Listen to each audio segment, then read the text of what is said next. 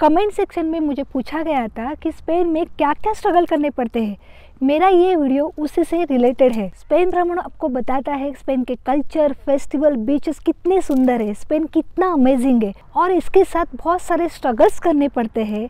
और यदि आप ये स्ट्रगल्स करना नहीं चाहते तो स्पेन आपके लिए सही कंट्री नहीं है। मैं आपको डराना नहीं चाहती, बस आपको इस स्ट्रगल से अवेयर करना चाहती हूँ। हेलो फ्रेंड्स, होला अमीगोस, वेलकम टू स्पेन भ्रमण। कैसे हो आप सब? ऐसे ही खुश रहिए, हेल्दी रहिए और मुस्कुराते रहिए। वीकेंड में आराम करना है पर घर भी साफ करना है, घर क्लीनिंग करना है, बर्तन मांजने हैं, पोछा लगाना है। इस तरह के सारे काम हमें खुद करने पड़ते हैं। खाना भी बनाना है। ओह नो, यहाँ हाउस हेल्पर मिलना बहुत दिक्कतें होती है।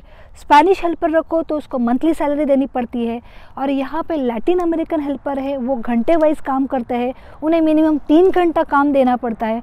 ऑलमोस्ट एरिया वाइज चार्जेस अलग अलग होते हैं। अगेन हाउस हेल्पर रखना हमें एक्सपेंसिव लगता है और उनके टाइम के अनुसार मैनेजमेंट करनी पड़ती है।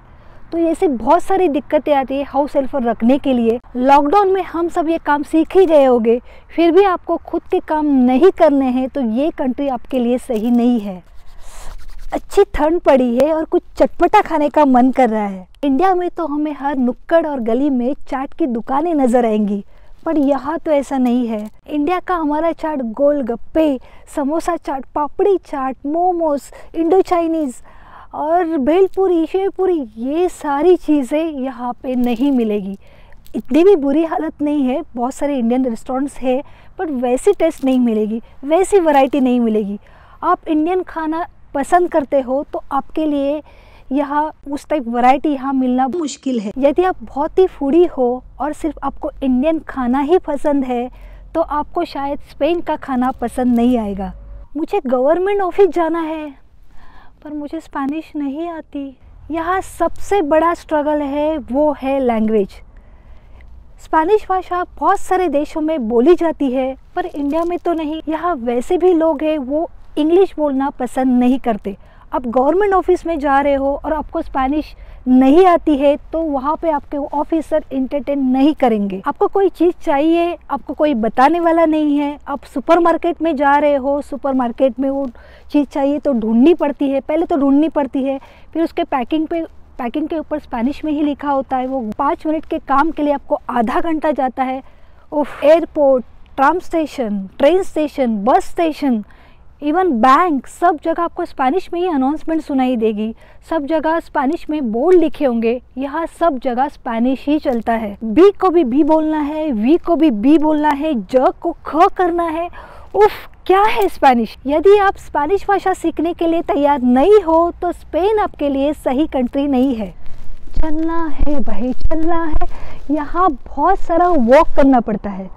घर से निकलो तो रेलवे स्टेशन तक वॉक करना है, रेलवे स्टेशन से निकलो तो मेट्रो स्टेशन तक वॉक करना है, वहाँ से निकलो तो बस स्टेशन तक वॉक करना है। बस वॉक करते रहो। इंडिया में तो हमें ऑटो की इतनी आदत है कि हमें छोटे छोटे डिस्टेंस के लिए हम रिक्शा यूज़ करते हैं। मैंने इंडिया से बहुत सारे हील वाले सैंडल और चप्पल्स लाए थे पर वो पड़े पड़े कबर्ड में जगह खा रहे हैं।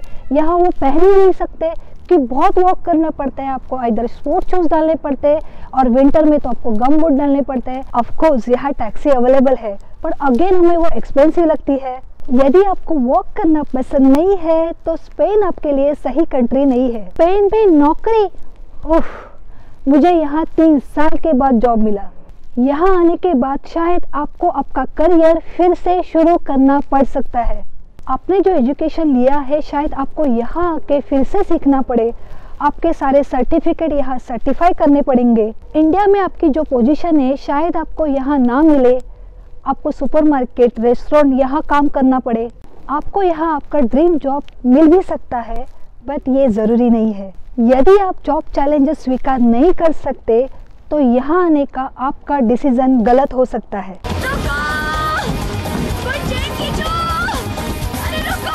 1 मिनट के लिए आपकी बस और ट्रेन छूट जाती है। यहाँ टाइम की बहुत वैल्यू है। यहाँ मिनट से बहुत से काम चलते हैं। यहाँ सब टाइम के हिसाब से चलता है, तो आपको टाइम से ही चलना पड़ेगा। यहाँ सब अपॉइंटमेंट्स लेनी पड़ती है, जैसे कि वीज़ा, आपका रेसिडेंस कार्ड, पासपोर्ट, आपका स्पेशलाइज्ड डॉक्टर।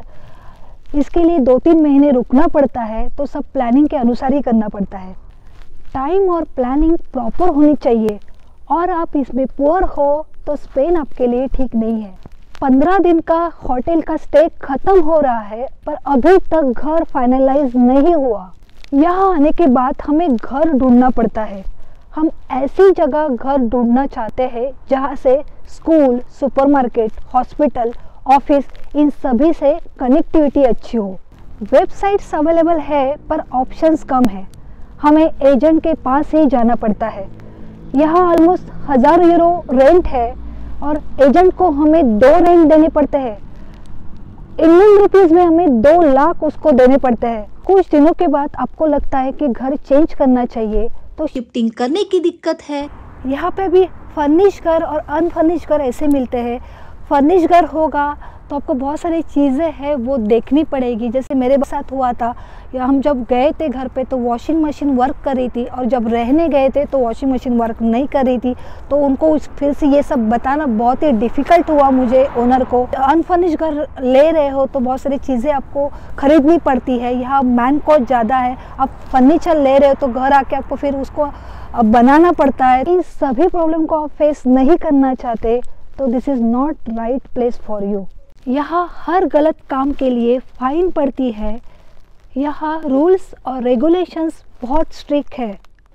यहाँ काम करने के लिए वर्क परमिट लगता है, और यदि आपके पास वर्क परमिट नहीं है तो आप यहाँ काम नहीं कर सकते। आप फूड का बिजनेस करना चाहते हैं तो उससे रिलेटेड आपके पास सर्टिफिकेट होना बहुत ज़रूरी है, नहीं तो आपको बहुत बड़ा फाइन लग सकता है। कार की स्पीड लिमिट होती है और स्ट्रिक्टली फॉलो करना पड़ता है। सिग्नल की रिस्पेक्ट करनी पड़ती है। इंडिया में तो हम सिग्नल तोड़ के राइट लेफ्ट किधर भी कार चला लेते हैं, लेकिन यहाँ ऐसा नहीं चलेगा। यदि आप ऐसे कांड करने वाले लोगों में से हो तो स्पेन आपके लिए सही कंट्री नहीं है। Good morning, good evening, how are you, thank you, बुएनोस दियास, ¿cómo estás, gracias, इन सभी की आपको आदत डालनी पड़ेगी। यहाँ कहाँ भी जाओ आपको सबको विश और ग्रीट करना पड़ता है।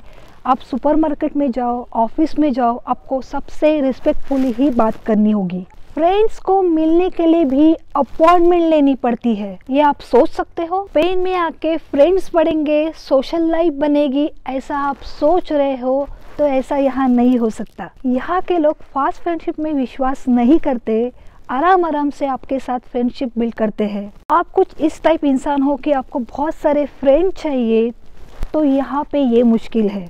यहाँ समर है तो लोग आपको रास्ते पे दिखेंगे, टूरिस्ट एरिया है तो लोग दिखेंगे, बट आउटस्कर्ट में बहुत बार रास्ते पे कोई नहीं दिखेगा, रास्ते खाली होंगे, आपको थोड़ा लोनली फील होगा।